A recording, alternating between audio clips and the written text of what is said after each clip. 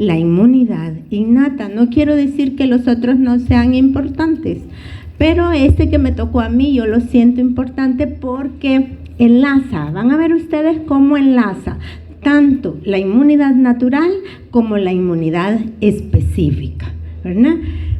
De hecho, la inmunidad, perdonen, aunque me hayan presentado, pero yo soy, esas siglas no quiere decir que pertenezco a la Mara Salvatrucha, no, yo soy máster en ciencias, tengo una maestría en biología molecular, entonces por eso quizás me gusta mucho esta parte de inmunología, porque es propiamente molecular, ¿verdad? No podemos dejarla ahora atrás. Entonces, yo me llamo Aida Verónica Pérez de Cermeño y soy docente de este departamento desde hace 32 años, imagínense, ya me inventariaron por allí, ¿verdad? Y ya les dije que me gusta mucho el tema de lo que es la inmunología. En todas mis clases van a encontrar lo siguiente, los objetivos. ¿Se ve hasta atrás? No, ¿verdad? Que la regué con la letra azul no va, pero un poquito más. Entonces, ¿por qué? Porque los objetivos específicos han servido para que yo pueda elaborar la clase en base a lo que la coordinación pretende que ustedes al final de esta clase puedan, en primer lugar, o sea, tengan la capacidad de explicar las características de la inmunidad innata, no yo, sino van dirigidos sobre todo para ustedes.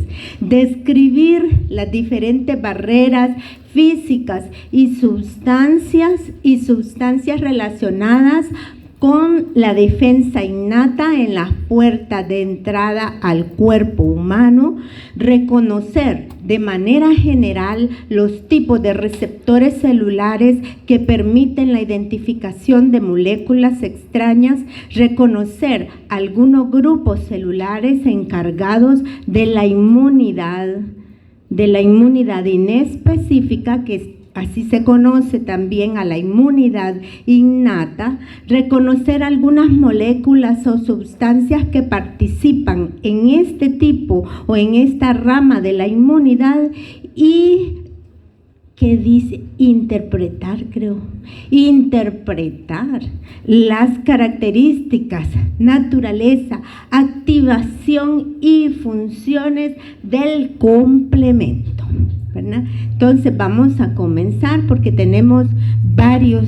¿Y por qué será que conmigo y yo los demás no he escuchado este ruido de fondo? Entonces vamos a comenzar viendo que la inmunidad, como ustedes ya conocen, pues la inmunidad es aquel conjunto de procesos que sirven para responder ante un organismo extraño que ha penetrado en nuestro cuerpo o una sustancia.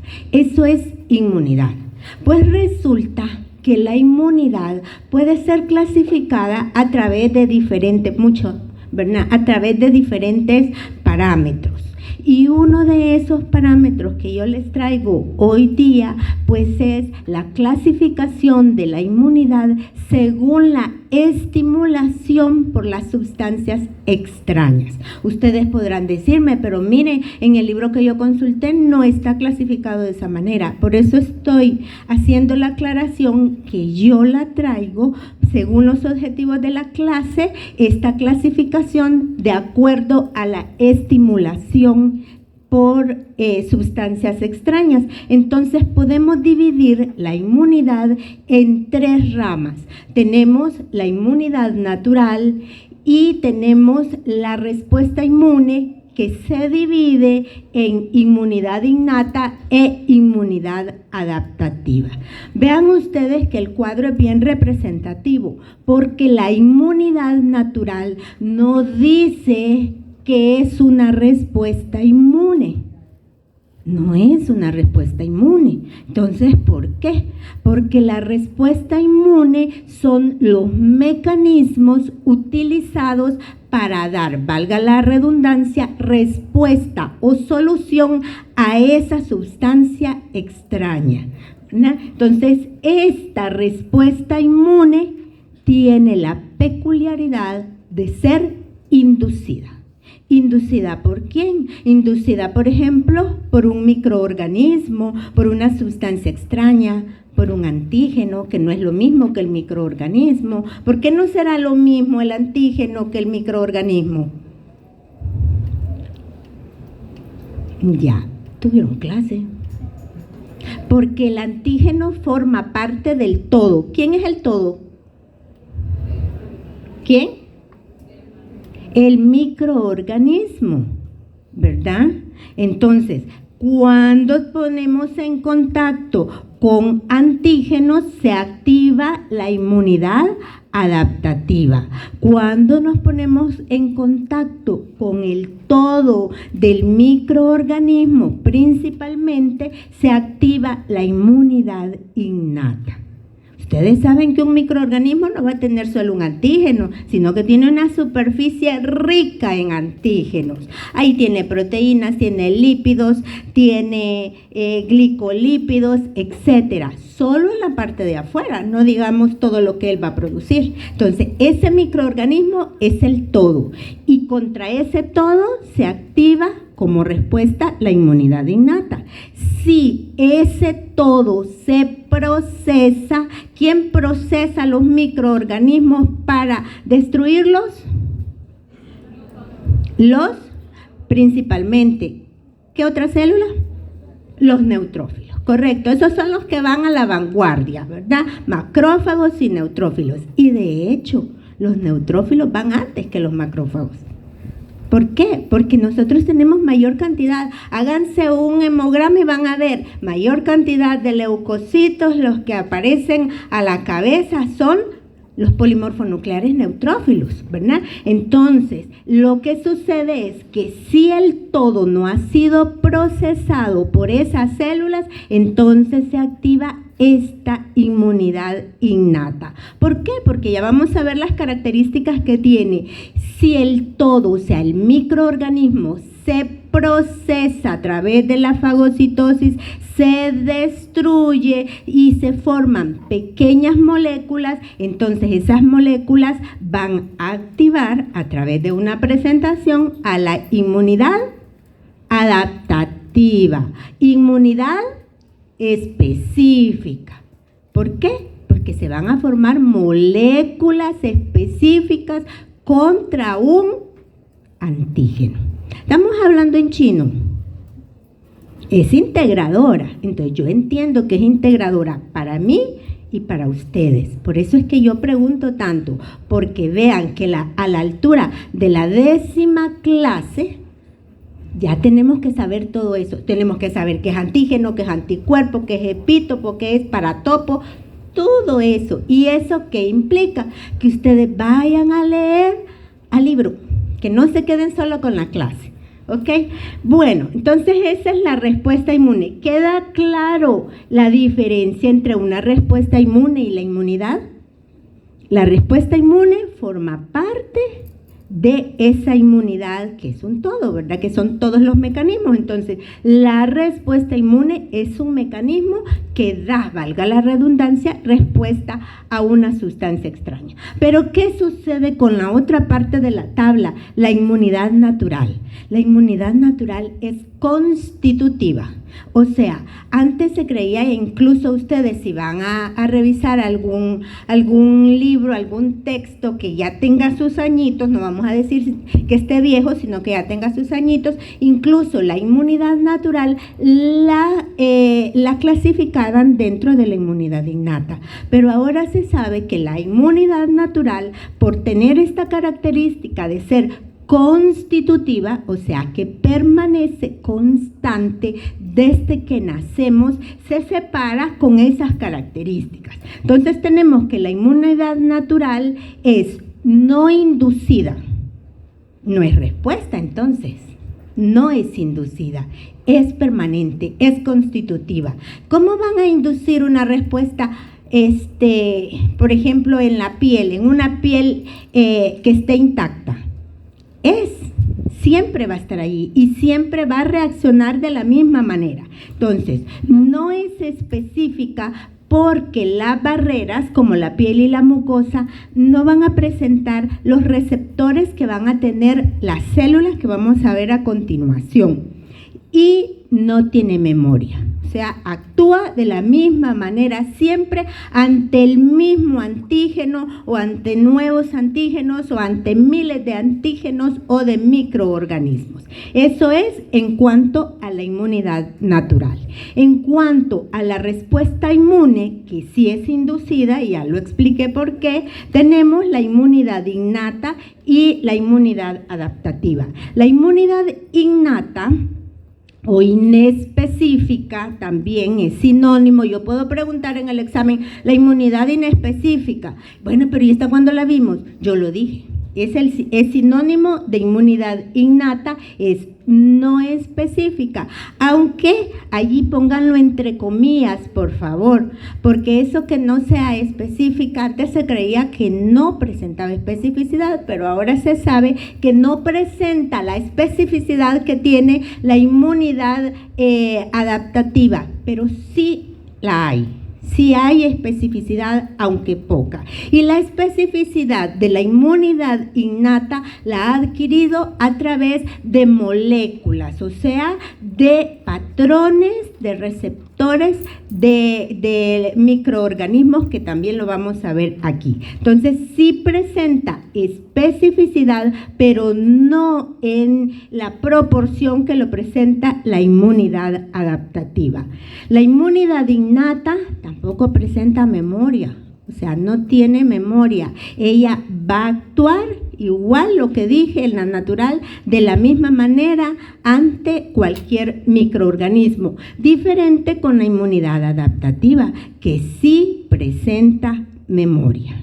¿Por qué? Porque hay células que van a estar destinadas a que se produzca una respuesta más rápida. La inmunidad adaptativa o específica. Otra característica que no está aquí, pero que es importante de la inmunidad innata sobre la adaptativa, es que la inmunidad innata es rápida en la reacción, es rápida en la respuesta. Y estamos hablando de una rapidez de minutos a horas, mientras que la inmunidad adaptativa o específica, su reacción, su respuesta es de días a semanas, a una semana. Entonces sí hay diferencia entre un tipo de respuesta y otra, ¿verdad? De la inmunidad innata y de la específica. Pues es esta la que nos compete ahora, y para el viernes creo que es esta la que ustedes tienen que seguir estudiando. Entonces, ¿qué es la inmunidad innata? El concepto, pues ahí lo pueden leer. Es el conjunto de mecanismos que actúan contra los ¿se ve atrás? Es el conjunto de mecanismos que actúan contra los microorganismos patógenos desde el primer contacto, ¿verdad? O sea, en minutos, rápida, desde el primer contacto con ellos para poder controlarlos, y de no lograr controlarlos, porque puede fallar, ¿verdad? Y de ahí vienen las enfermedades, entonces incluso enfermedades crónicas, ¿verdad?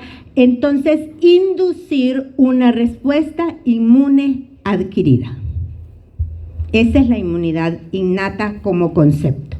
Ahora bien, importante es que si ustedes se fijaron en el cuadro, la inmunidad tiene una naturaleza interactiva entre el sistema inmune innato, el adaptativo e incluso la inmunidad natural.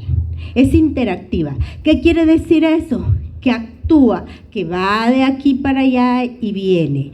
Sobre todo, la inmunidad innata tiende a iniciar los procesos, a estimular, a inducir los procesos que se forman en la inmunidad adaptativa o la inmunidad específica. Entonces no quiere decir eso que ustedes van a esperar que primero va a actuar la inmunidad innata y hasta ya al final la inmunidad adaptativa. No. Incluso la inmunidad innata, cuando se activa y se activan algunas células, entonces manda los mensajes ¿a través de quién?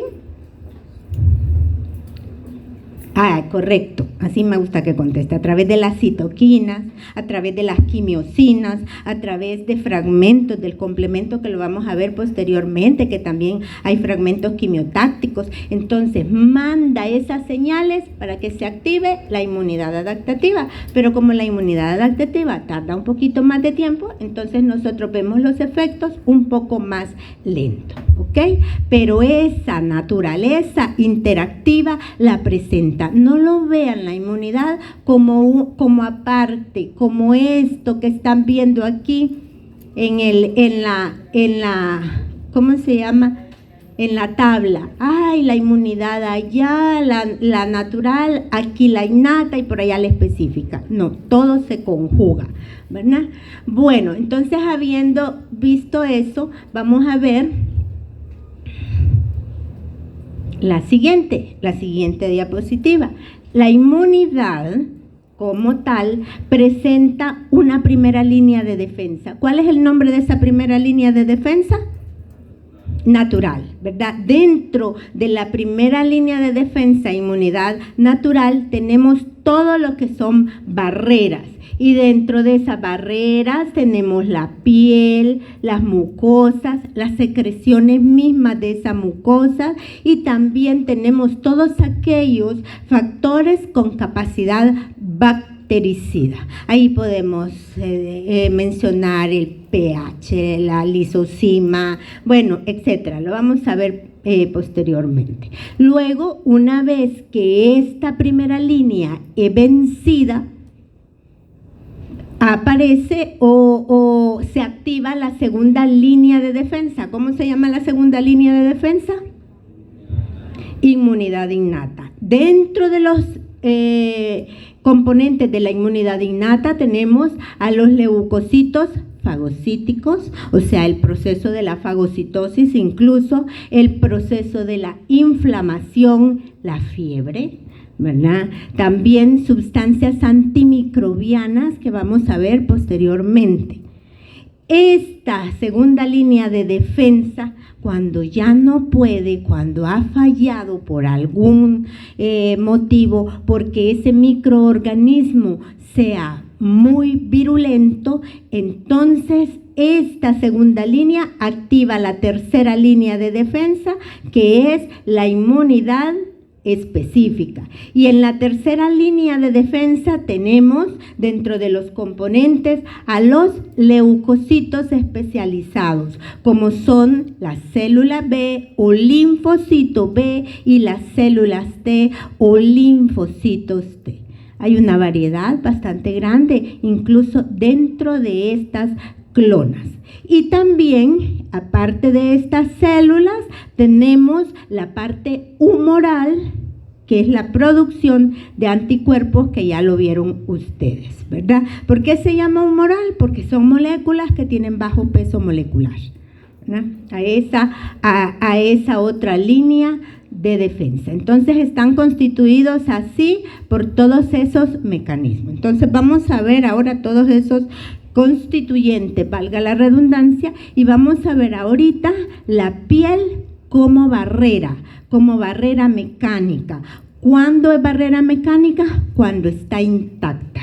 Y ustedes, por su anatomía, saben que la piel está formada por varios estratos, alrededor de 4 a 5, comenzando de abajo para arriba, el estrato basal, el estrato espinoso, el estrato granuloso, que también podemos encontrar el estrato lúcido y el estrato córneo. Entonces, todos esos estratos sirven, todas esas capas en la piel sirven para poder establecer una interfase. ¿Una interfase entre quién? Entre el cuerpo y el medio ambiente, ¿verdad? Sobre todo a nivel de lo que es el estrato granuloso, encontramos, se llama así, porque recuerden ustedes que son células que están formados por gránulos oscuros que van a producir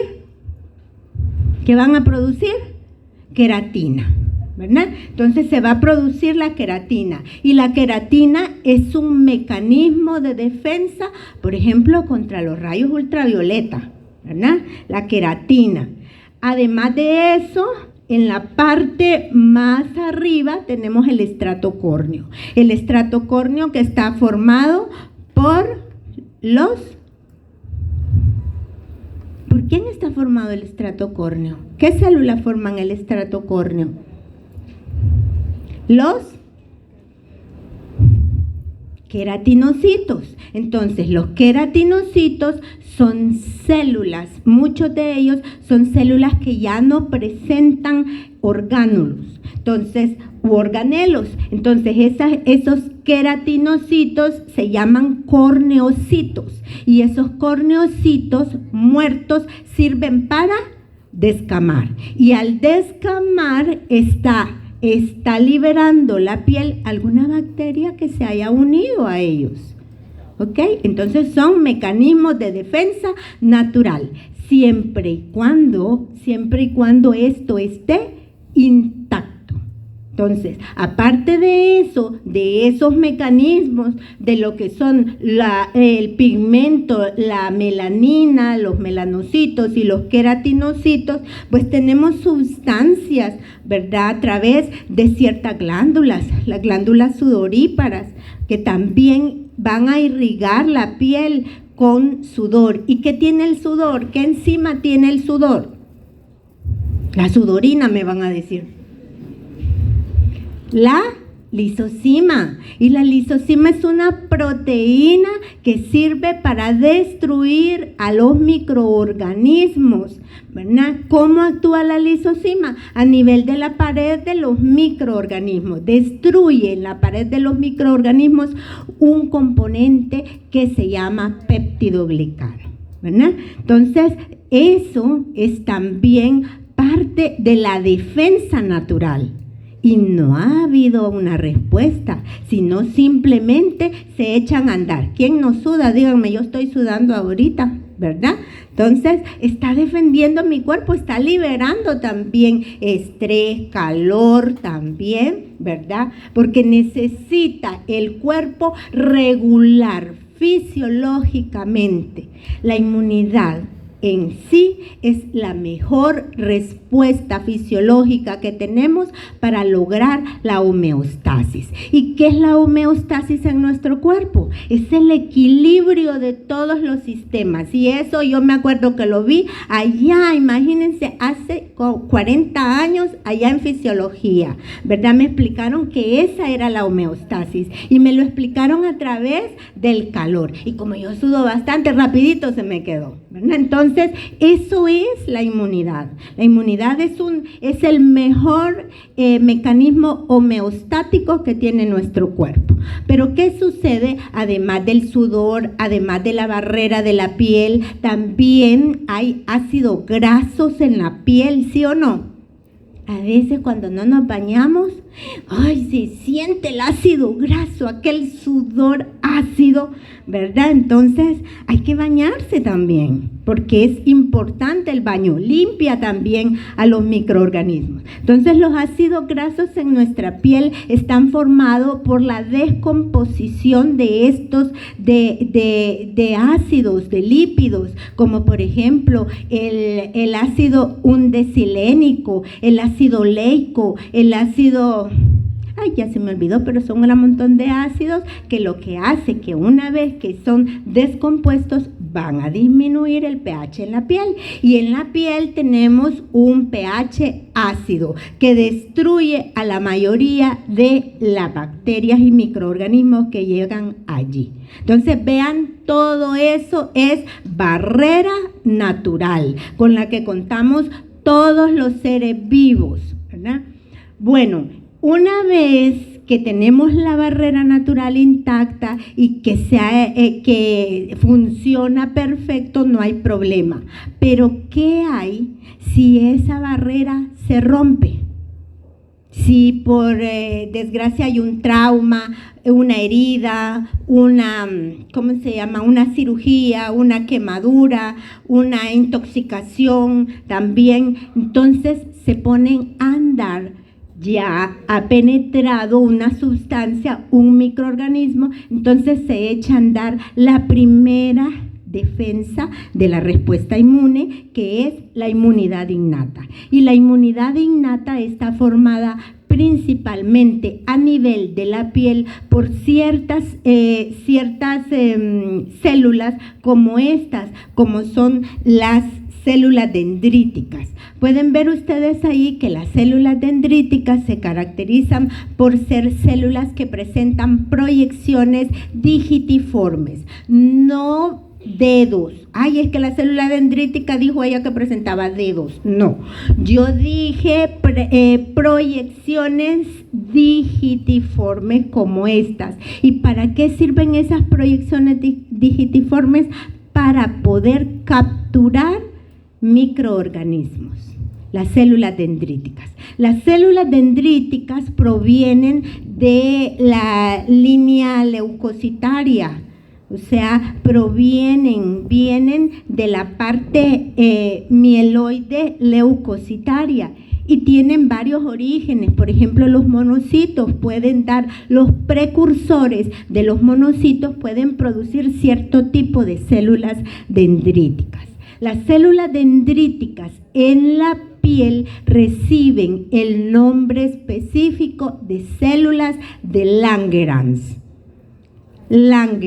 Células de Langerhans. Entonces, cuando oigamos mencionar células de Langerhans, tenemos que recordar que son las células dendríticas que se encuentran en la piel y son parte de la defensa innata que existe a nivel de la piel, porque además de estas proyecciones existen en la superficie de estas células, existen receptores o patrones, ¿verdad?, que van a reconocer sustancias extrañas de los microorganismos para poder fagocitarlas. Entonces es parte de la inmunidad innata. También parte de la inmunidad innata son los queratinocitos, que son las células que van a estar formando este estrato granuloso. ¿Por qué? Porque estos queratinocitos pueden ser estimulados por las células dendríticas, pueden ser estimulados incluso por el mismo antígeno y producir citoquinas, especialmente quimiosinas. Aquí los tenemos, ¿verdad? Las células dendríticas que estoy hablando. Estas células dendríticas presentan estos receptores de patrones moleculares, ¿verdad?, de patógenos. Estos, cuando están estimulados por la presencia de un microorganismo, van a estimular a estos queratinocitos, y los queratinocitos van a producir linfocinas, quimiosinas, pero sobre todo quimiosinas que van a traer células que provienen o que están a nivel de lo que es la dermis. Ya la dermis va a estar formada sobre todo por conductos, por canales linfáticos, por vénulas, en la que van a circular linfocitos, polimorfonucleares y macrófagos. Entonces, una vez que esta célula dendrítica va a activar a estos queratinocitos, estos activan a través, ya no las menciono porque aquí están, y porque además de eso, a ustedes en la clase, yo estuve en la clase de citoquinas, les mencionaron, ¿verdad?, cuáles eran las quimiotactinas, ¿verdad?, o las quimiosinas.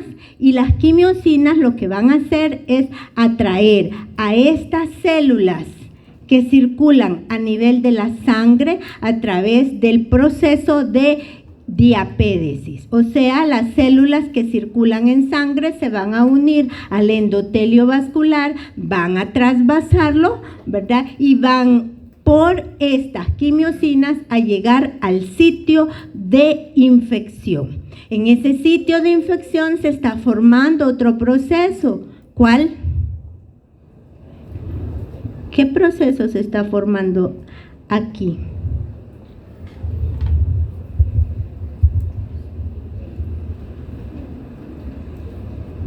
Ajá.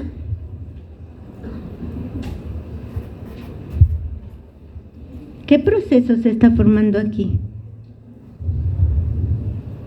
¿Qué proceso se les forma a ustedes cuando se meten un clavo en el dedo del pie? ¿Ah? Proceso. ¿Qué proceso se forma? Inflamación, correcto, ¿verdad? Entonces se está formando un foco inflamatorio. ¿Y qué tipo de inflamación va a ser? ¿Ah? ¿Cómo que no sé? Padre Santo, ¿cuáles son los signos característicos de la primera inflamación que se forma en nuestro cuerpo?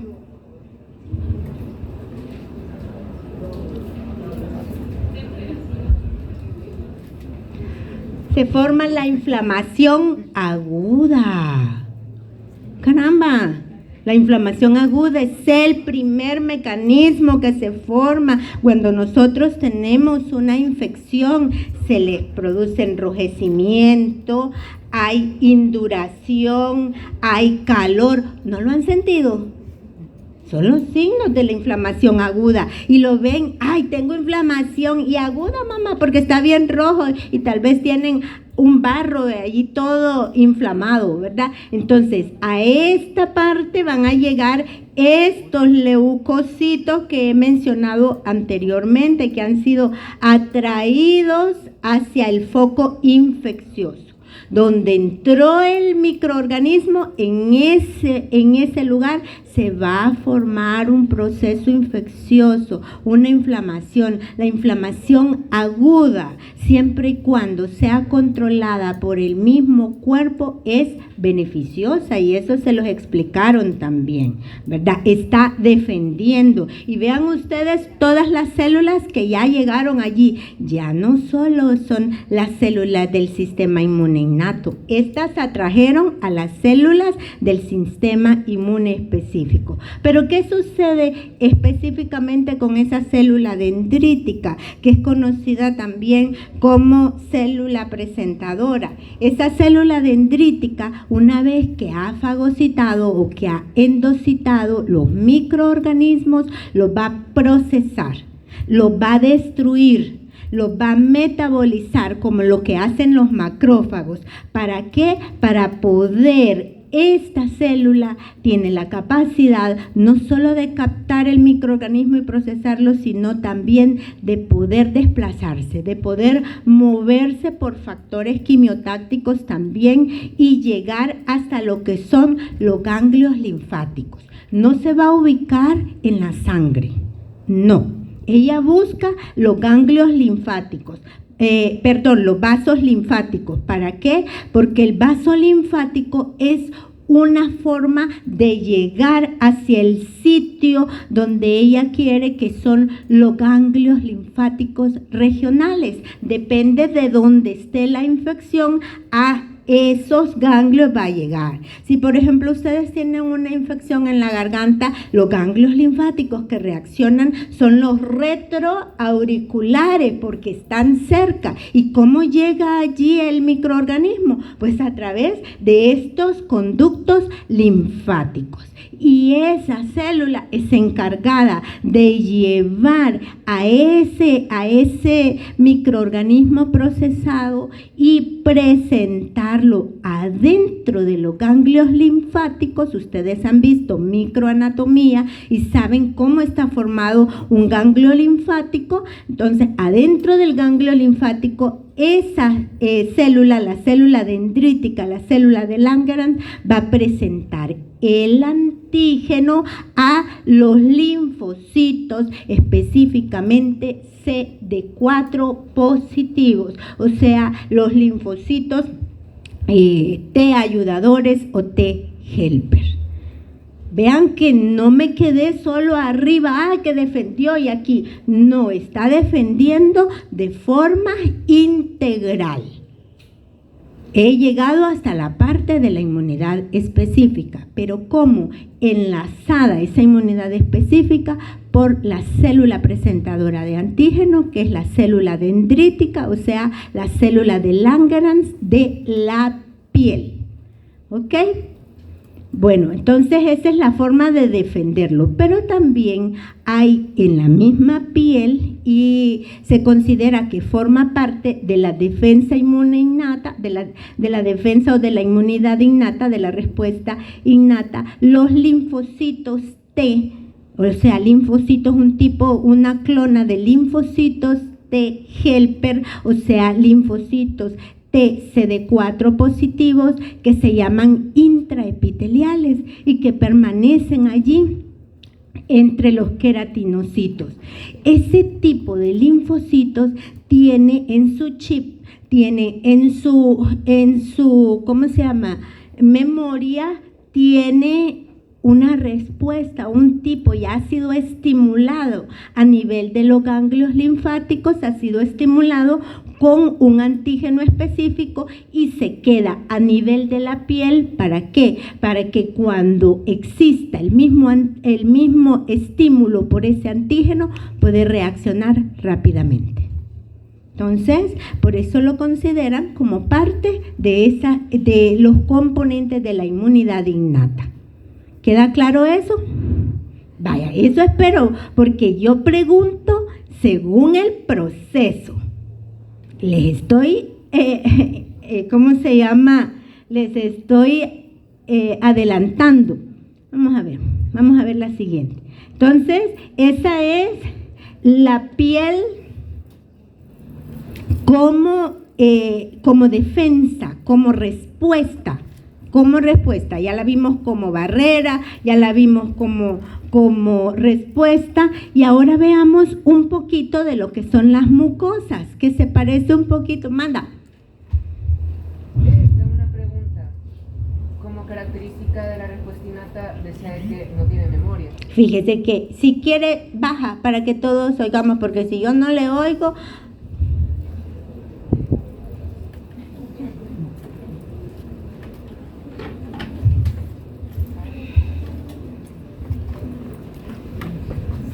Pero así como rapidito, porque solo tengo 2 horas y me falta un gran montón.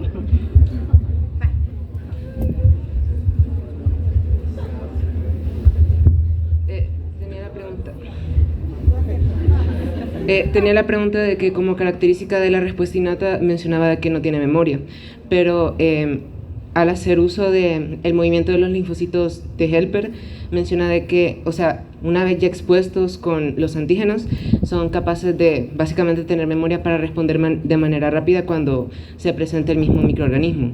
Entonces, ¿eso sí sería tener memoria o no? Sí, pero ¿qué tipo de linfocitos? ¿Cómo se llama? CD4 positivo. Y entonces esa célula, ¿a quién pertenece? ¿A quién? Los linfocitos C. Entonces, ¿qué está sucediendo allí? Se está uniendo la inmunidad innata, la inmunidad específica. Y bueno, es que lo personalicé, perdón. Esos linfocitos que mencioné, por eso dije que sí estaba claro. Gracias por la pregunta, porque varios han de tener la misma pregunta, la misma duda. Resulta que yo dije que es la inmunidad de naturaleza interactiva. Eso quiere decir que no se va a quedar solo con la inmunidad innata, ¿Quién enlaza esa inmunidad innata a la inmunidad específica? ¿Qué célula?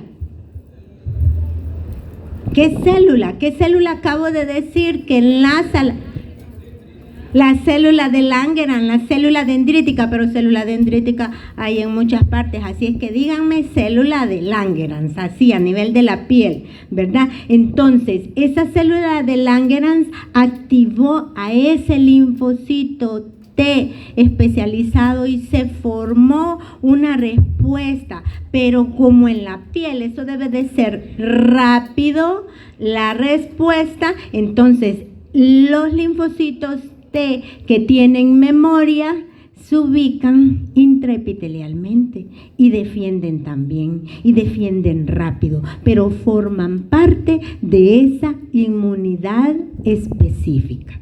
No la puedo separar. Ayer me decía un alumno, sobre todo los que ya recibieron la clase, cuando movía el tornillo macrométrico del microscopio, resulta que en el tornillo macrométrico está el tornillo micrométrico y se movía. Y me dice, licenciada, pero eso se está moviendo. Yo no puedo hacer nada porque está dentro del tornillo macrométrico. Entonces es algo implícito, es algo innato, es algo que la respuesta, aunque yo la quiera separar y les quiera decir, solo esto se van a aprender de la inmunidad innata, solo que las células dendríticas forman parte de la inmunidad innata, que los queratinocitos, que los melanocitos, el resto no se lo voy a explicar, no puedo. No puedo. ¿Por qué? Porque aquí en la piel están esos linfocitos T intraepiteliales que forman parte de la inmunidad específica y que reaccionan. Porque hay memoria. Si llega el antígeno, va a reaccionar. Pero no es parte, no lo pise. No es parte de la inmunidad específica, pero se enlaza. De la inmunidad innata, pero se enlaza. ¿Ok? ¿Queda claro? Sinceramente, porque me puedo seguir deteniendo acá. ¿De dónde vinieron esos linfocitos T intraepiteliales? De los ganglios linfáticos, en donde hubo reacción por la presentación del antígeno por la célula dendrítica, la célula de Langerhans. Entonces aquí, además que reaccionó, el linfocito T forma células de memoria que se van a ir a ubicar por diapédesis, extravasación y por seguimiento quimiotáctico hacia las células de la piel. Yo lo dije desde el principio y fíjense que lo puse en blanco y lo puse por eso, porque sabía que iba a estar esa pregunta. Es interactiva. Quiera o no, lo tengo que mencionar, ¿ok? Bueno, y vamos a ver que también a nivel de la mucosa hay linfocitos T intraepiteliales en el epitelio de esa mucosa. Vamos a ver nosotros, fíjense que las mucosas son de los órganos más extensos que tenemos, ¿verdad? Incluso más que la piel. ¿Por qué? Porque existe mucosa a nivel de lo que es la boca, el tubo digestivo, el aparato respiratorio, el urogenital, el genital, bueno, y no sé cuál me falta, ¿verdad? Y todas esas mucosas unidas, sumadas, aproximadamente tienen un área de 400 metros cuadrados. Y 400 metros cuadrados, para que tengamos idea, es como el tamaño de un campo de fútbol americano, que es bastante grande la cancha. Es mucho más grande que el balompié, ¿verdad? Entonces, es grande, sumadas todas esas mucosas. ¿Y por qué? Porque existen diferentes orificios que hay que defender, ¿verdad? ¿Cómo? Como barrera, así como vimos en la piel, como barrera. Y además de eso, como barrera, también tenemos otros factores constituyendo a esas mucosas, como es la flora microbiana. La flora microbiana y flora microbiana intestinal. Hay flora microbiana, que es una de las más importantes porque existen en gran número de microorganismos que defienden. ¿Qué hacen la flora en las mucosas? La flora microbiana lo que hace es que se une a receptores en la mucosa para poder interferir con la ubicación o con la localización de bacterias potencialmente patógenas que provienen del medio externo. A eso se le llama interferencia bacteriana. Entonces, la flora microbiana en cualquier parte de las mucosas, cada parte de mucosa tiene diferente tipo de flora, y es para eso, para producir ese mecanismo de defensa. Es una relación es una correlación de coexistencia. ¿Por qué? Porque nosotros le proporcionamos a los microorganismos un lugar, un hábitat, un ecosistema, y ellos nos defienden a través de la interferencia bacteriana. Además, las bacterias a nivel de las diferentes partes de las mucosas van a producir sustancias de excreción, van a producir toxinas que pueden destruir a otras bacterias, a otros microorganismos. Y de esa manera nuestro cuerpo está siendo defendido, ¿verdad? Entonces tenemos además de la mucosa como barrera, la microbiota intestinal, así se conoce actualmente como la microbiota intestinal. Tenemos la autolimpieza a nivel, por ejemplo, del sistema gastrointestinal. Tenemos el peristaltismo, ¿verdad? El peristaltismo lo que hace es que con ese movimiento saca las bacterias del lugar en donde se han ubicado. Entonces es un tipo de autolimpieza. Tenemos también otro tipo de ¿cómo se llama?, de mecanismos que forman parte de la inmunidad natural, como el mucus. El mucus que se encuentra a nivel de la superficie, a nivel de la luz intestinal, ¿verdad? El mucus que está formado por las células de Glovet en la mucosa intestinal. ¿Por qué? Porque es importante. El mucus engloba las bacterias y hace que éstas no puedan desplazarse fácilmente hacia el interior de las células. También el pH ácido del estómago, ¿verdad? El estómago, ustedes saben que es la primera cavidad, es el primer lugar en donde las bacterias son recibidas, que provienen de la boca, y no se imaginan la cantidad de microorganismos y de antígenos que llega a nuestro cuerpo a través de la boca. Bueno, si para hablar abrimos la boca y en el aire circulan las bacterias, viajan, ¿verdad? Entonces, el pH del estómago es resistido por la mayoría de bacterias, con excepción de una que es altamente patógena, que algunos ya la padecimos. ¿Cómo se llama? Helicobacter pylori, ¿verdad? ¿Por qué? Porque su ubicación es a nivel del píloro. Entonces, ese sí resiste el pH ácido del estómago, pero de allí la mayoría de bacterias no lo resiste. La presencia de receptores de hormonas a nivel también del estómago es otro factor que forma parte, otro componente de la inmunidad natural, ¿verdad? Los neuropéptidos y también mediadores de la inflamación. ¿Ok? Bueno, entonces vamos a comenzar, vamos a ver un poquito de lo que es. Déjenme decirles que por el tiempo no voy a explicarles cada una de la respuesta a nivel de las diferentes mucosas.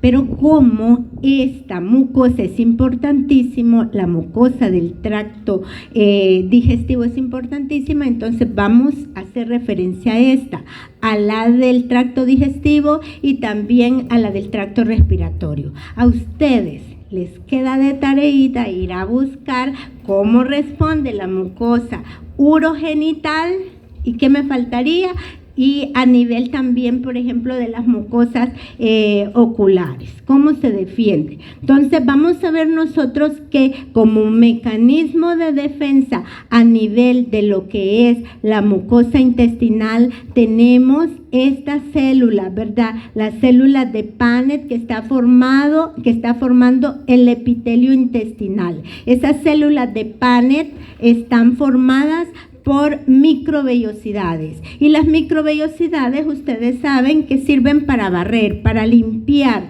cualquier microorganismo o sustancia extraña que llegue a nivel de la luz intestinal. Además de estas células de Paneth recordemos que tenemos a nivel de lo que son las microvellosidades, en la profundidad de la microvellosidad tenemos las criptas, y en esas criptas tenemos ciertas células que van a producir defensinas, catecolaminas también, ¿verdad? Que van a destruir a los microorganismos. Todo eso es parte de la inmunidad natural.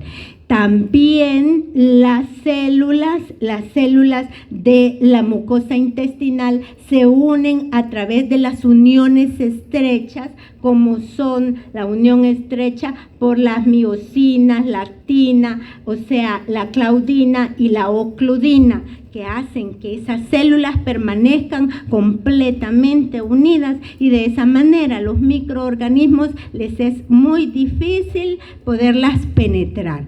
Sin embargo, existen algunas sustancias, algunas citoquinas que hacen que esas uniones estrechas se separen, ¿verdad? Cuando ya existe un proceso inflamatorio. Entonces se separan y los microorganismos pueden penetrar a través de las uniones estrechas, pero con esa salvedad, por ejemplo, en un proceso inflamatorio.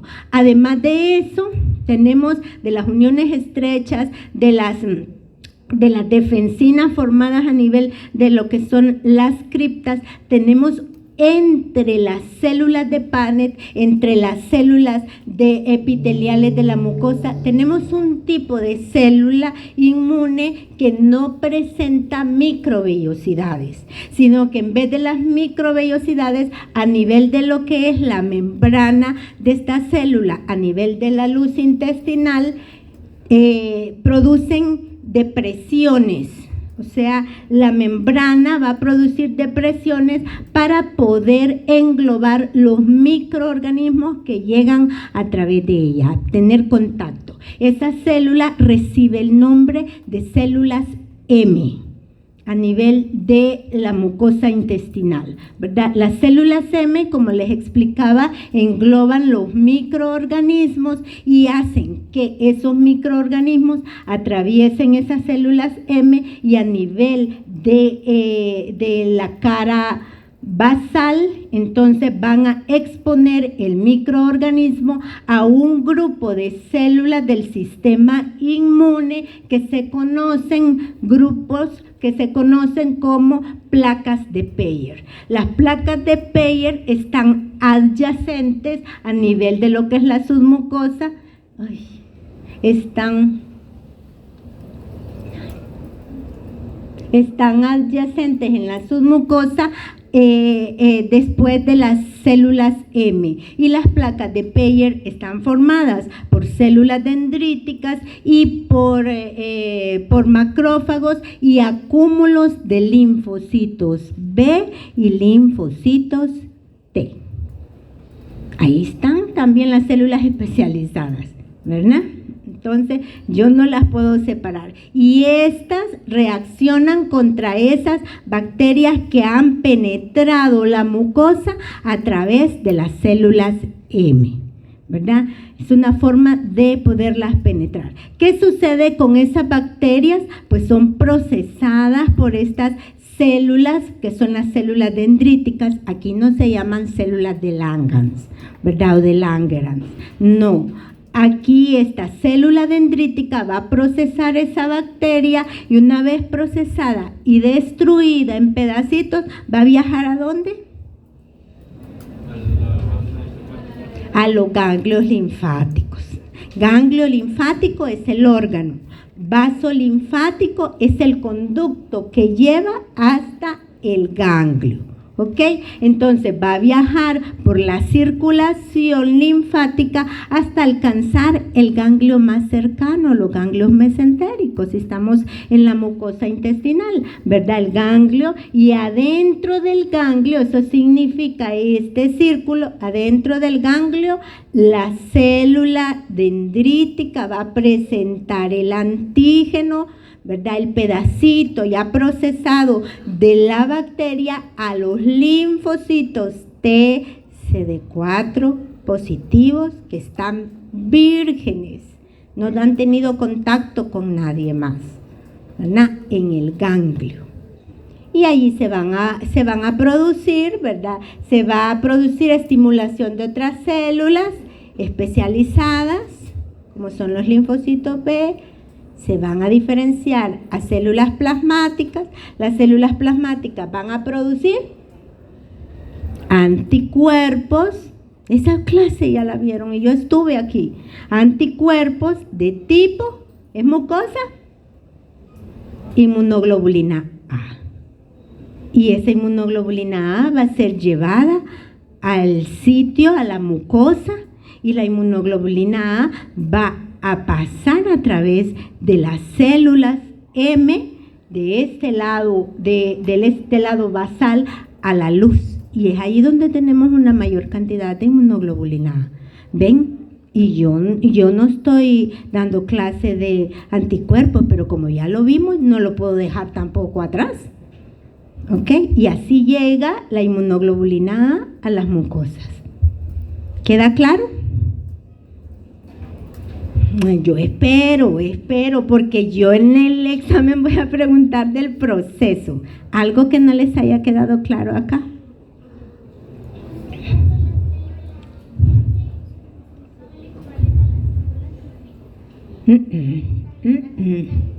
No, las células dendríticas están en las placas de Peyer. Y la célula dendrítica es una célula procesadora de microorganismos y presentadora de antígeno o inmunógeno. La célula M es un tipo de célula especializada que está en la mucosa y no se mueve, y lo que hace es que capta microorganismos, ¿verdad? Engloba microorganismos para ser procesados, ¿verdad? En el otro lado, en el área basal de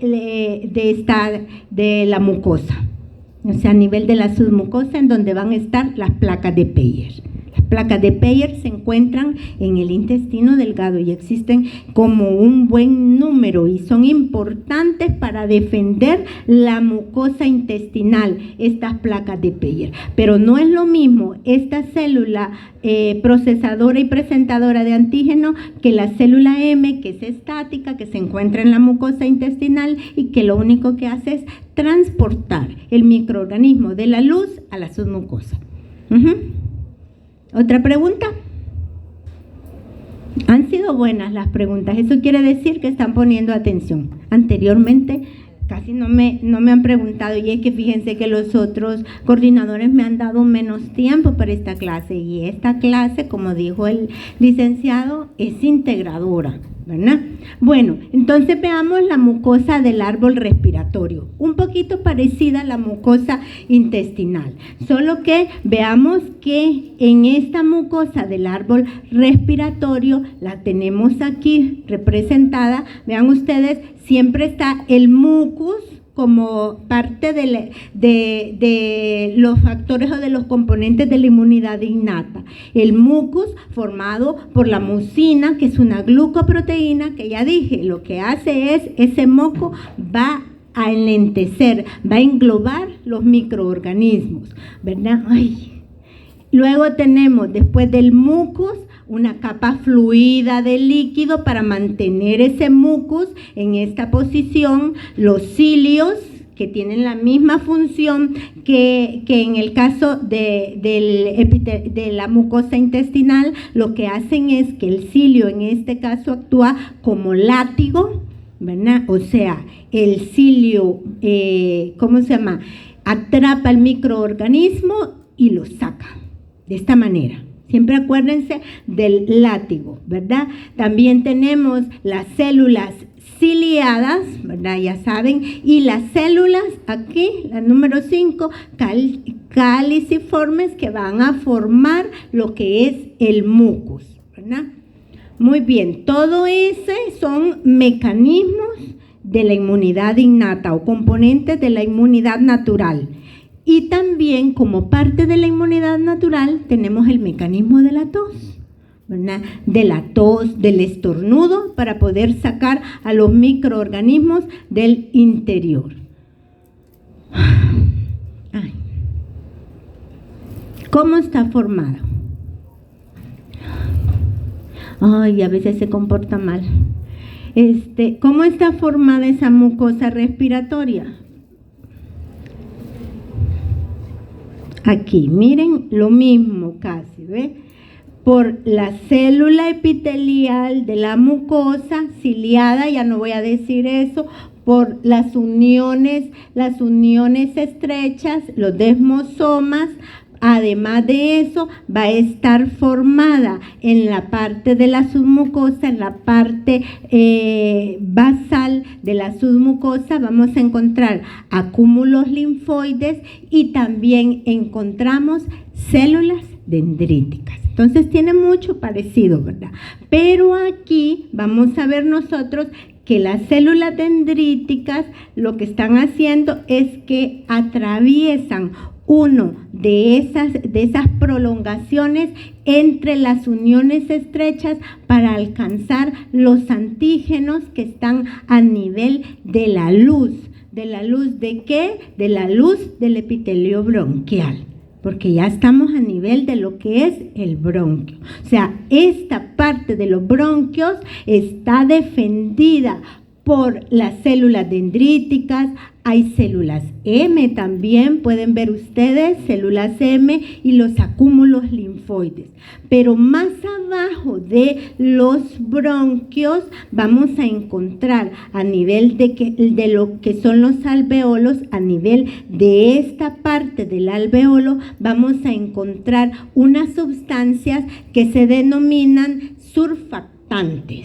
Las sustancias surfactantes fisiológicamente no solo sirven para evitar la contracción de ese alveolo y la contracción pulmonar, sino que las sustancias surfactantes, sobre todo el surfactante A y el surfactante B, sirven para destruir microorganismos que por desgracia sean bastante virulentos y alcancen esta parte del alveolo, ¿verdad? Aquí no debe de haber microorganismos, pero si llegan, tenemos como defensa de la inmunidad innata las sustancias surfactantes, las surfactantes A, los surfactantes D, y también a nivel de esta base encontramos los macrófagos alveolares.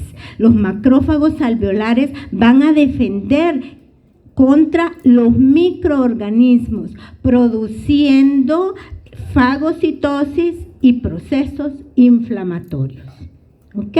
Entonces, eso es a nivel de lo que es el epitelio bronquial y a nivel de lo que es el alveolo. Incluso hay células epiteliales tipo 1 y células epiteliales tipo 2, ¿verdad? Las tipo 1 van a producir defensinas y las tipo 2 van a producir sobre todo las sustancias surfactantes. Bueno, vamos a continuar. Hemos visto eso, las barreras naturales, y hemos visto también las mucosas y la piel como, y esto tiene hora, ¿tienen hora? Vale.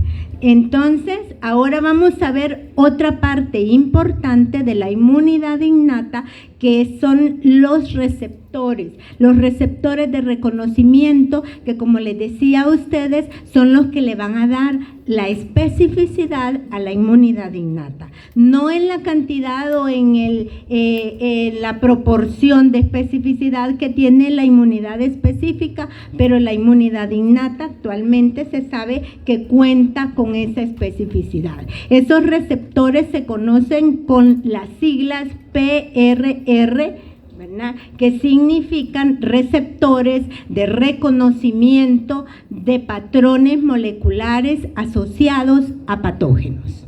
Eso significan esas siglas, PRRR, receptor de reconocimiento de patrones moleculares asociados a patógenos. Estos receptores se encuentran en las superficies de las células inmunes. ¿Para qué? Para reconocer los patrones moleculares que tienen los microorganismos. Y a esos patrones moleculares que tienen los microorganismos patógenos se les denomina PAMs.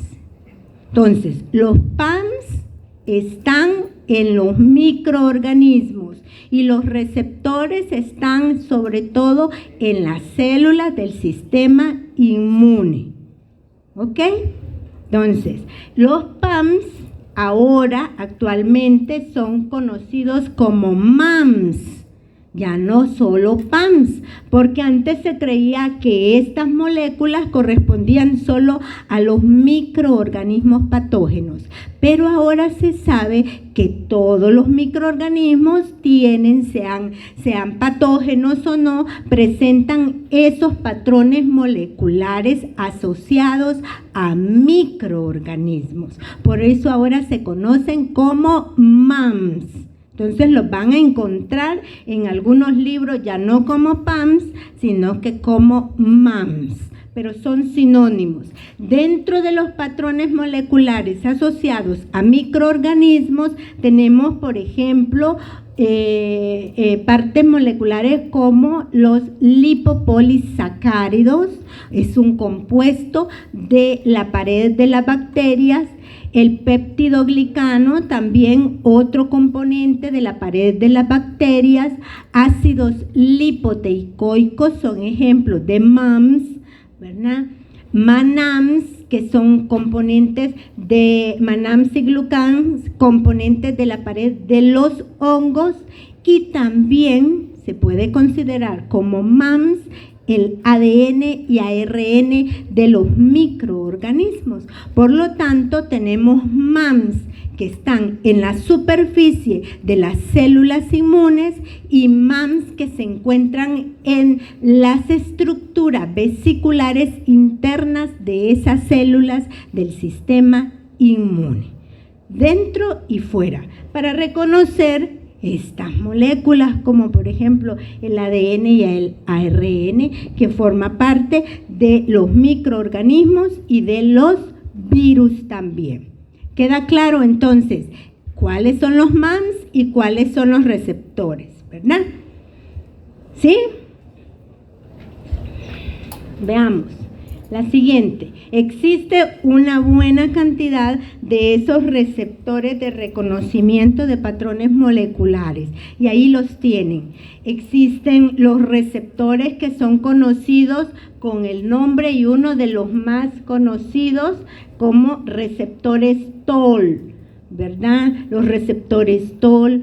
Los receptores que pertenecen a la familia de las lectinas, ahí tenemos ejemplo de esos receptores, tenemos colectinas, lectinas de unión a la manosa, ficolinas, ¿verdad? Forman parte de esa familia de las lectinas. Algunas de estos actúan como receptores moleculares de superficie y otros que tienen bajo peso molecular circulan, por ejemplo, en la sangre, circulan en el plasma, y a ustedes ya les mencionaron una, que es la proteína C reactiva. La proteína C reactiva pertenece a esta familia de las lectinas, ¿verdad? Perdón, a las pentraxinas, que es la otra familia, ¿verdad? Las pentraxinas, otra familia, y ahí dentro de las pentraxinas tenemos a la proteína C reactiva. No es la proteína C reactiva, es exactamente un receptor de la membrana celular, sino es un receptor soluble que circula en la sangre. Tenemos también a las amiloides P, a las pentraxinas 3, formando parte de esa familia. Otros de los ejemplos de receptores, tenemos los receptores NLR para residuos de microorganismos. Tenemos la familia que acabo de mencionar de los surfactantes, ¿verdad? Que no era receptor en sí, sino que era ¿cómo se llama? Una molécula de bajo peso molecular, es soluble. Y receptores NOD, que significa del inglés nucleótido de unión a los dominios de oligomerización. ¿Ok? Entonces, de todo ese conjunto, que son varios, nosotros los tenemos en el interior de nuestro cuerpo. ¿Y qué es lo que están haciendo? Defendiéndolo. ¿Y cómo defienden nuestro cuerpo? Reconociendo las partes moleculares que son extrañas para nuestro sistema inmune, para nuestro cuerpo, reconocen esas partes moleculares que forman parte de los microorganismos. De todos estos, ¿cuál dije que es el más estudiado? Los receptores tipo TOL.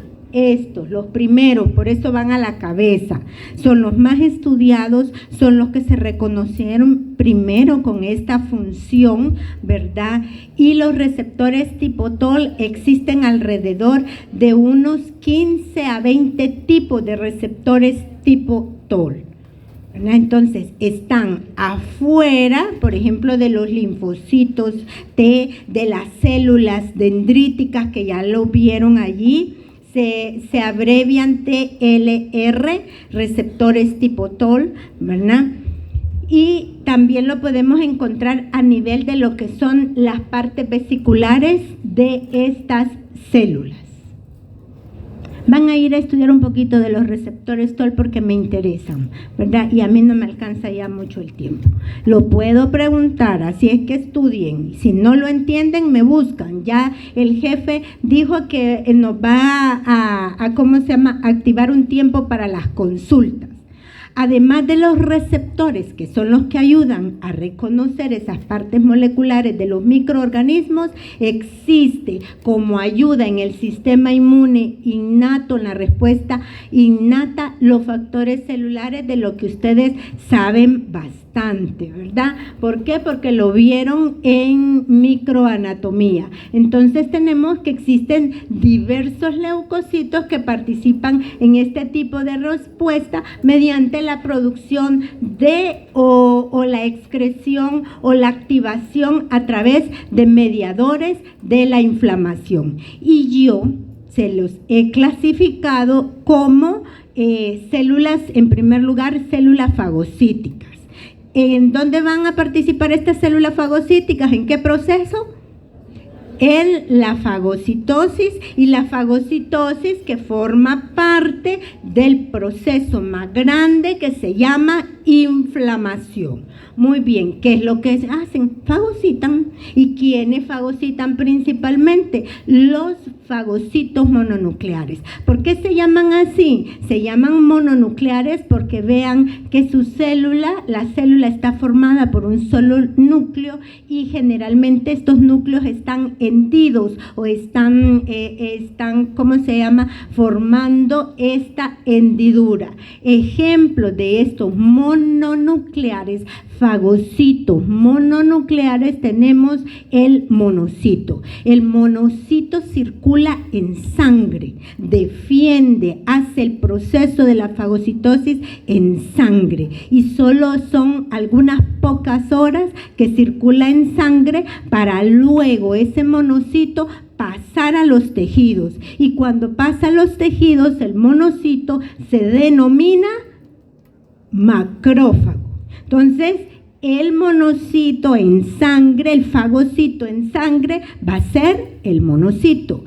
En los tejidos se va a llamar macrófago. Este se diferencia en el tejido a lo que es macrófago y cambia la célula. ¿Cómo cambia? El núcleo se vuelve como más compacto, pero siempre grande, y además, vean ustedes la diferencia, se forma o se diferencia con una mayor cantidad de citoplasma. ¿Para qué? Para poder englobar y poder destruir. De hecho, este macrófago tiene en su citoplasma un parásito que lo va a destruir y luego lo va a presentar.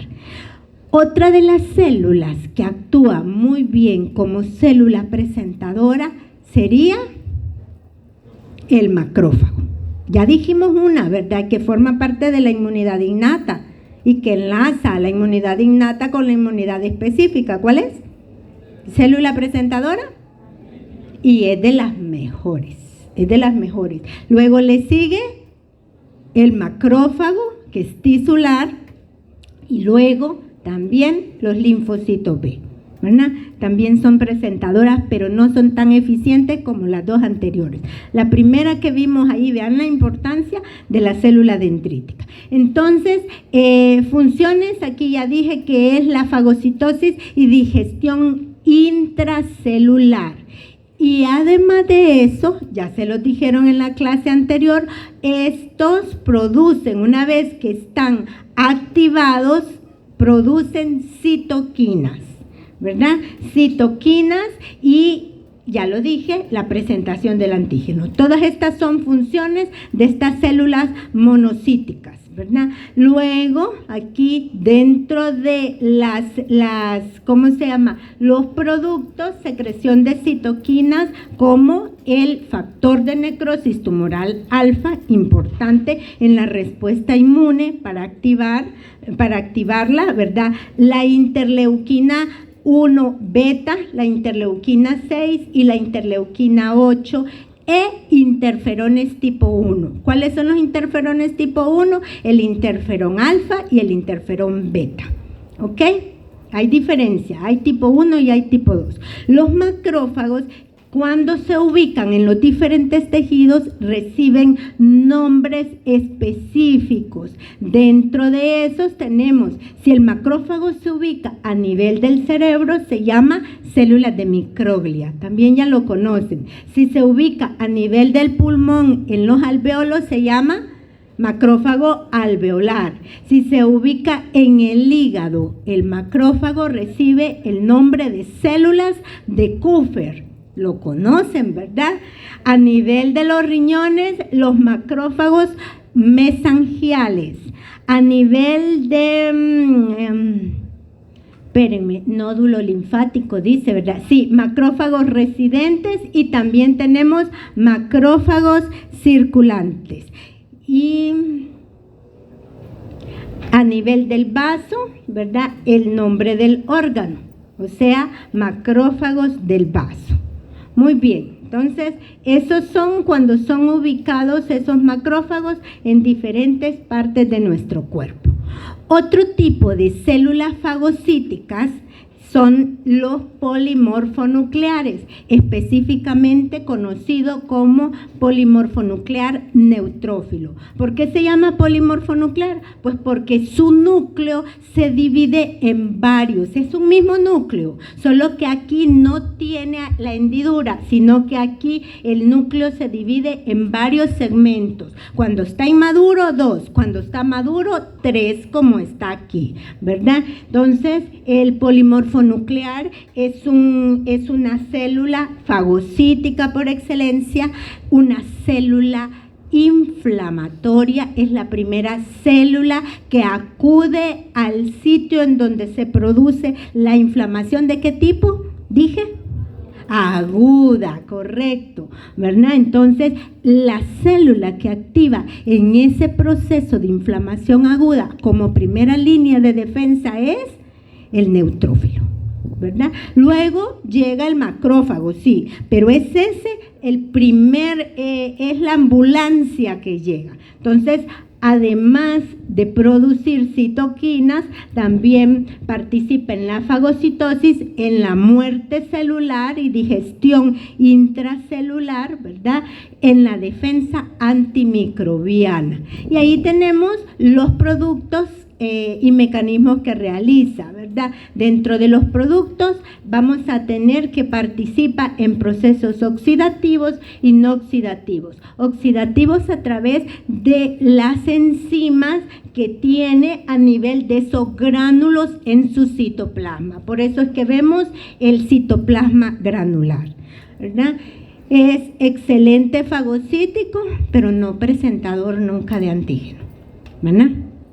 Ahora bien, otra célula que participa también en la fagocitosis, pero no con la especialización de lo que son los macrófagos y del neutrófilo polimorfonuclear, es el eosinófilo. El eosinófilo está formado solamente por dos fragmentos, dos lóbulos, por eso no es monocito, ¿verdad? Porque está formado por esos dos lóbulos y participa este eosinófilo sobre todo en procesos alérgicos y la destrucción de parásitos, ¿verdad? Se fija realmente en el parásito, en la superficie del parásito y descarga todas las enzimas que están en esos gránulos. Entonces, por eso es que destruye los parásitos y también participa en esos procesos alérgicos. Aquí les queda todos los productos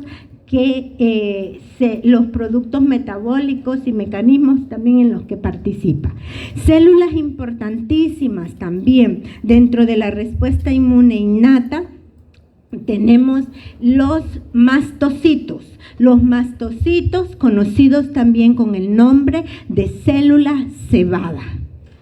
Los mastocitos o células cebada participan específicamente en lo que son los fenómenos de alergia, ¿verdad? Ahí lo vamos a ver la otra semana cuando veamos la discusión. Entonces, el mastocito lo que hace es que se es sensibilizado en su membrana, ¿verdad? En la membrana de ese mastocito se sensibiliza con la unión de una inmunoglobulina específica, ¿verdad? Y cuando está sensibilizado, llega a la superficie de esa inmunoglobulina el alergeno y lo activa. Y como el mastocito cuando está maduro, o sea, cuando ya pasa a los tejidos, porque cuando pasa a los tejidos es que madura, va a formar esta gran cantidad de gránulos en su citoplasma, pues que tiene aminas vasoactivas, y esas aminas vasoactivas van a hacer que se contraigan los epitelios,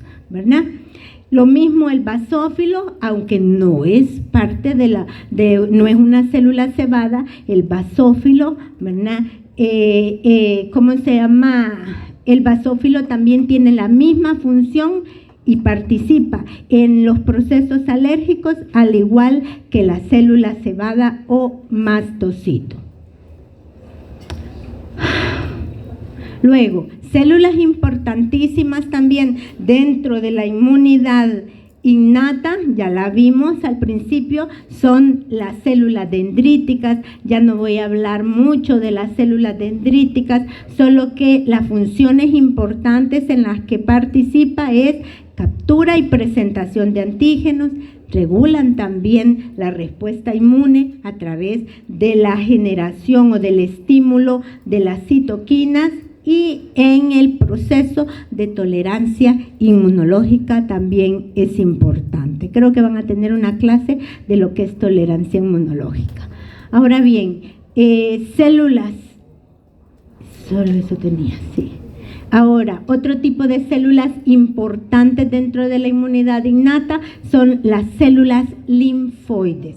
Resulta que este tipo de célula, las células naturales asesinas, conocidas con las siglas NK, ¿verdad?, de natural killer, del inglés natural killer, son un tipo de linfocitos, pero estos linfocitos no presentan la especificidad que presentan los linfocitos T y los linfocitos B y los linfocitos CD8 positivos. ¿Por qué? Porque hay diferencia en la superficie de los linfocitos, de estos linfocitos natural killer.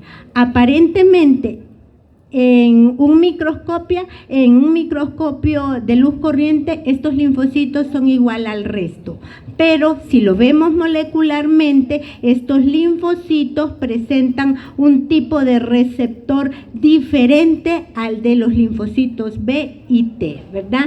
Además, son de mayor tamaño, muestran un citoplasma más granular y con más organelos, y son molecularmente con este marcador, ¿verdad? Es un marcador que se conoce como clona diferencial, el cluster differentiation, que es el marcador CD16 positivo.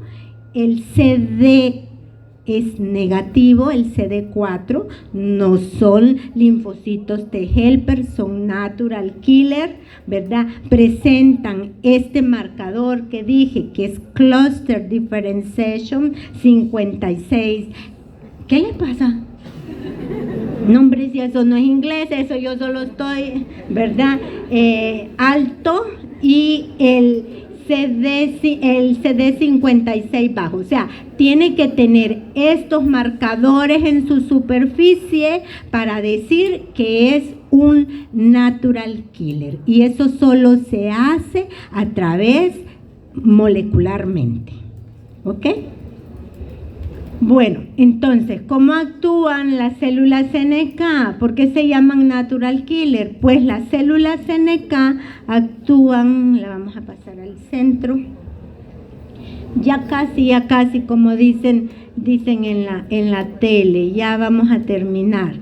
Pues actúan, las células NK actúan sobre células estresadas. Generalmente las células estresadas, lo que sucede es que cambian su conformación, mutan esas células. Entonces, sobre este tipo de células actúan.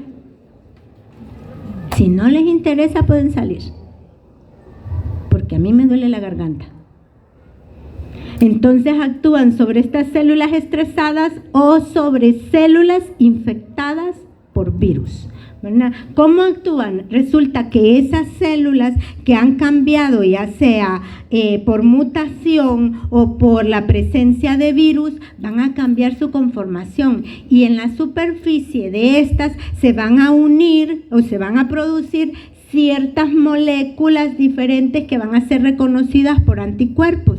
Estos anticuerpos se unen a la superficie de esas células infectadas y mutadas, y las natural killer presentan en su superficie receptores para la fracción del anticuerpo, para la fracción FC. Entonces, ese receptor se une al anticuerpo por la fracción FC. Ustedes saben qué es eso porque ya se los explicaron, y entonces se activa la célula NK. La célula NK tiene gránulos, tiene organelos en su citoplasma, y estos organelos producen enzimas que van a descargar sobre esas células infectadas o sobre esas células mutadas, y eso la destruye. Y ese mecanismo se llama un procesamiento de células, o sea, a través del proceso de muerte celular programada, pero por anticuerpos.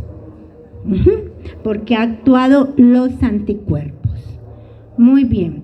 Existen diferentes clonas tres subpoblaciones del natural killer. Tenemos los linfocitos o los linfoides innatos, las células linfoides innatas de la clona 1, que se caracterizan sobre todo por producir este tipo de citoquinas que participan en la muerte de las células infectadas por virus y el cambio de células malignas, y se encuentran sobre todo esta clona de linfoides innatos de la clona 1 en sangre, en hígado, en vaso y en médula ósea.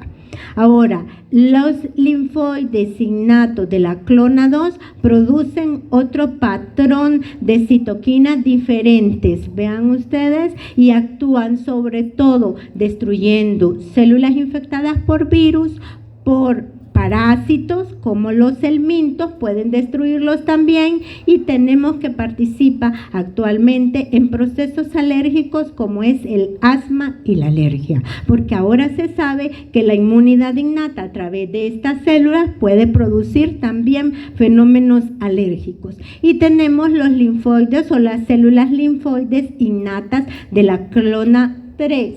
De la clona 3, otro patrón de citocinas diferentes a las anteriores y responden sobre todo a virus y bacterias. Eso sí se lo van a tener que aprender, por favor, ¿verdad? Porque existen diferentes patrones, de citocinas que se producen en cada clona, y también las ubicaciones. Muy bien, ¿cómo enlazamos entonces? Vean ustedes toda la cantidad de componentes que tiene la inmunidad innata. Tiene procesos como es la inflamación, células como es las células dendríticas que enlazan una inmunidad y otra, las células mononucleares como los macrófagos, los polimorfonucleares, las células NK, importantísimas dentro de la respuesta inmune innata, pero también hay sustancias moleculares de bajo peso molecular como las citoquinas, que son péptidos que circulan en nuestra sangre. ¿Para qué? Yo no me voy a meter mucho porque la licenciada habló muy bien cuando les dijo que las citoquinas lo que hacen en la inmunidad innata es activar el proceso inflamatorio y expandir esa respuesta. ¿Ok? Eso es en conclusión lo que hace. Entonces, de acuerdo a eso, tenemos nosotros las citoquinas que actúan en un proceso que se llama inflamatorio, proinflamatorio, y las que regulan ese proceso. ¿Por qué? Porque, como les dije, la inflamación es buena siempre y cuando sea un proceso regulado. Si la inflamación no es regulada por nuestro propio cuerpo, entonces la inflamación pasa a otro tipo. ¿Cómo se llama el otro tipo de inflamación? Crónica. Y la inflamación crónica trae problemas en nuestro cuerpo, puede traer problemas a nuestro cuerpo. Entonces, por eso el médico regula. Muchas veces ustedes han ido al médico a consultar, sobre todo cuando tenemos procesos a nivel respiratorio. Se regula mucho la respuesta inmune, porque si la inflamación a nivel de esos órganos se pasa, pues una inflamación incluso aguda puede ser fatal a ese nivel. Bueno, entonces tenemos nosotros que las citoquinas proinflamatorias, ejemplo de ellas tenemos el factor de necrosis tumoral alfa, importante. ¿Para qué? Para activar el macrófago. El macrófago activa incluso al linfocito TCD4. Es una forma de ir y venir, de activarse mutuamente. Las interleuquinas, apréndanselas, por favor. Por favor, las interleuquinas, tanto las citoquinas, ¿cómo se llama? Proinflamatorias, a la cabeza, el factor de necrosis tumoral alfa, las interleuquinas 1 beta, 1,6, 1,8, 1,33, ¿verdad? Que es importante para activar la tercera población de linfocitos TCD4. Los interferones también son proinflamatorios, o sea que lo que hacen es que estimulan o activan el proceso de la inflamación. Muchos de ellos también aumentan la quimiotaxis de las células que participan en el proceso inflamatorio, ¿verdad? Y producen síntesis de proteínas de fase aguda como la interleuquina 6, y la principal proteína de fase aguda que dijimos que participa en la respuesta inmune innata, ¿cuál es? Tengo casi 2 horas de estar hablando y ya se las dijeron en la clase anterior y yo también. ¿Cuál es? Bueno, lo voy a dejar de ver para que lo vayan. Tienen que haber, ¿cómo se llama? Copiado algo. Luego tenemos el otro grupo de citoquinas que participan en la inflamación, que son las antiinflamatorias, pues que lo que hacen es que controlan la magnitud del proceso inflamatorio. Y ahí tenemos la interleuquina 10, ¿verdad? Importante para regular ese proceso. ¿Por qué? Porque es antagónica a muchas de las citoquinas inflamatorias. Eso es lo que hacen estos factores. Son antagónicos. Se produce la interleuquina 10, ya no se produce, por ejemplo, interleuquina 6, interleuquina 12. ¿Por qué? Porque está a la cabeza produciéndose esta. En eso consiste el control de esa magnitud. Los factores de crecimiento transformantes, ¿verdad? Las siglas que son, que están bien antiinflamatorios, y los antagonistas del receptor de la interleuquina 1. Entonces, creo que eso queda claro, ¿verdad? Y no voy a explicar el proceso de la inflamación porque ustedes ya lo pueden. Y si no, vamos a ir a revisarlo posteriormente. Entonces, ¿qué es lo que hacen esas citoquinas? Pueden ver ustedes que los microorganismos, ¿verdad? En el caso de la citotoxicidad mediada por anticuerpos, que es el proceso que expliqué anteriormente, que es cuando los microorganismos se opsonizan o son opsonizados, es decir, los microorganismos son señalizados, ya sea con anticuerpos o con fragmentos del complemento en su superficie, y luego son reconocidos por receptores de las natural killer o por receptores que están en otras células. Entonces activan a las natural killer. Las natural killer producen interferón gamma que activa al macrófago, esa es una citoquina, ¿verdad? Entonces, este macrófago activado produce interleuquina 12 que activa a más células, natural killer, a más células, ¿verdad? Y este macrófago, una vez que está activado, pues va a ser eficientemente fagocítico. Si él tiene naturaleza fagocítica, activado con el interferón gamma es más eficiente. Y esa es la naturaleza, esa es la clave de la inmunidad innata con respecto a la función de los macrófagos. Que ese macrófago sea adecuadamente estimulado con el interferón gamma para que sea más eficiente. ¿Ok? Eso es lo que hacen las citoquinas. Entonces, pero también estos microorganismos, estos macrófagos pueden producir, pero no traje agua, pueden producir quimiotactinas, no es quemotactinas, quimiotactinas, ¿verdad? Pueden producir quimiotactinas. Reducite. Hace caso, ya ven.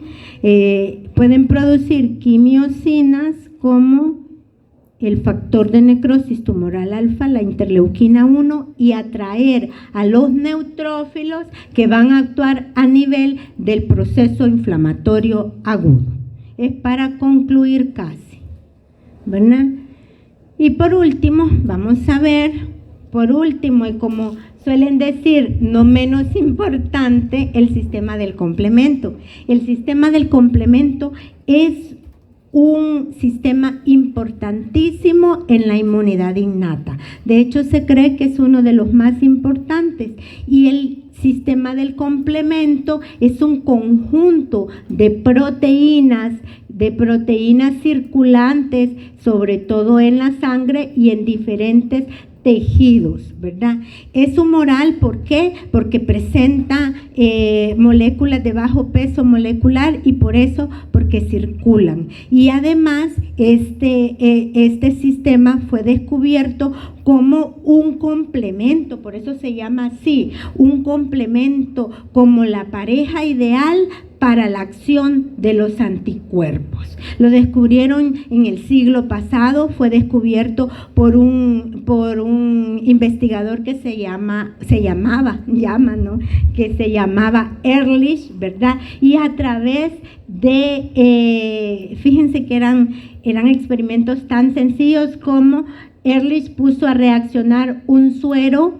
El suero era un suero de oveja, el suero de oveja tenía anticuerpos contra una bacteria X, Vibrio cholera. Entonces, ¿qué sucedió? Ehrlich observó que el suero producía lisis en las bacterias, las mataba, las destruía. Y posteriormente ese mismo suero, el de oveja, lo que hizo es que lo calentó. Al calentarlo, observó que la lisis, al poner en contacto el suero calentado con la bacteria, observó que la bacteria ya no moría, no se lisaba. Entonces dijo él, no son los anticuerpos. ¿Qué es? A el suero calentado le agregó suero fresco y observó que había lisis. Y entonces descubre que no eran los anticuerpos, sino el complemento, y de allí el nombre, porque dice, los anticuerpos son complementados con la pareja ideal, que son esas proteínas circulantes en la sangre, en el plasma, en líquidos intersticiales, en el calostro, en líquido sinovial. Ahí encontramos el complemento, en todas esas partes, ¿verdad? En todos esos fluidos. ¿A dónde se produce el complemento? Se produce a nivel de células, como son principalmente el macrófago, y también a nivel del hígado. Son el órgano y las células principales para producir el hígado. Actualmente se sabe que el complemento está formado alrededor de 30 a 35 proteínas, y esas proteínas se dividen en compuestos y se dividen en fragmentos. Los componentes son de mayor tamaño y los fragmentos son de menor tamaño porque se cinde el compuesto. Entonces, del complemento, que es el conjunto de proteínas, existen tres vías que se activan de manera diferente. ¡Ay! Gracias. Estoy en el desierto. Me van a disculpar, pero ya no aguanto.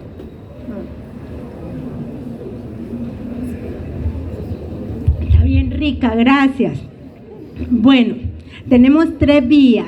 La vía más antigua, que se conoce con el nombre de vía clásica, es la más antigua, es la que fue descubierta por primera vez. ¿Y cómo se activa la vía clásica? Pues se activa a través de complejos antígeno-anticuerpo.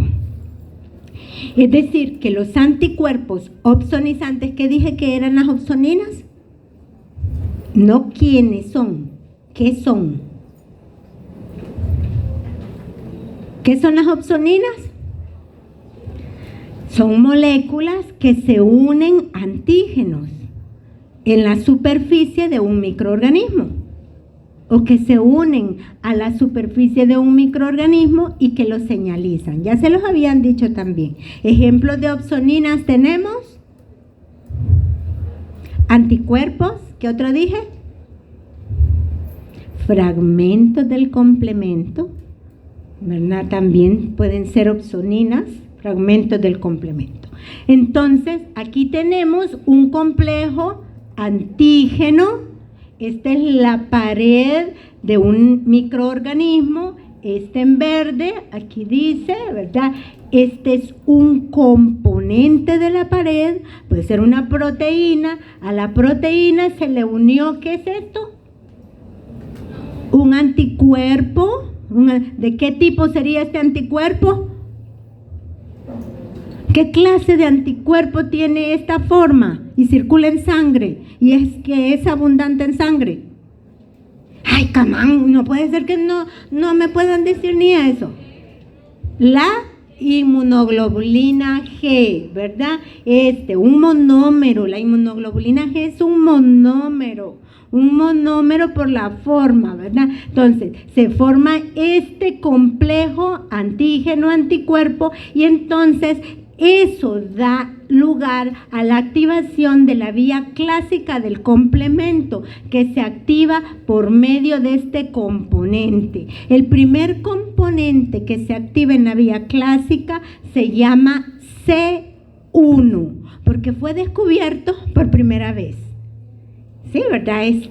Pero de ahí en adelante no llevan la secuencia del descubrimiento, ni modo. Entonces, este componente C1, ese componente está formado por varias partes. Está formado por estructuras de colágeno y también por proteasas.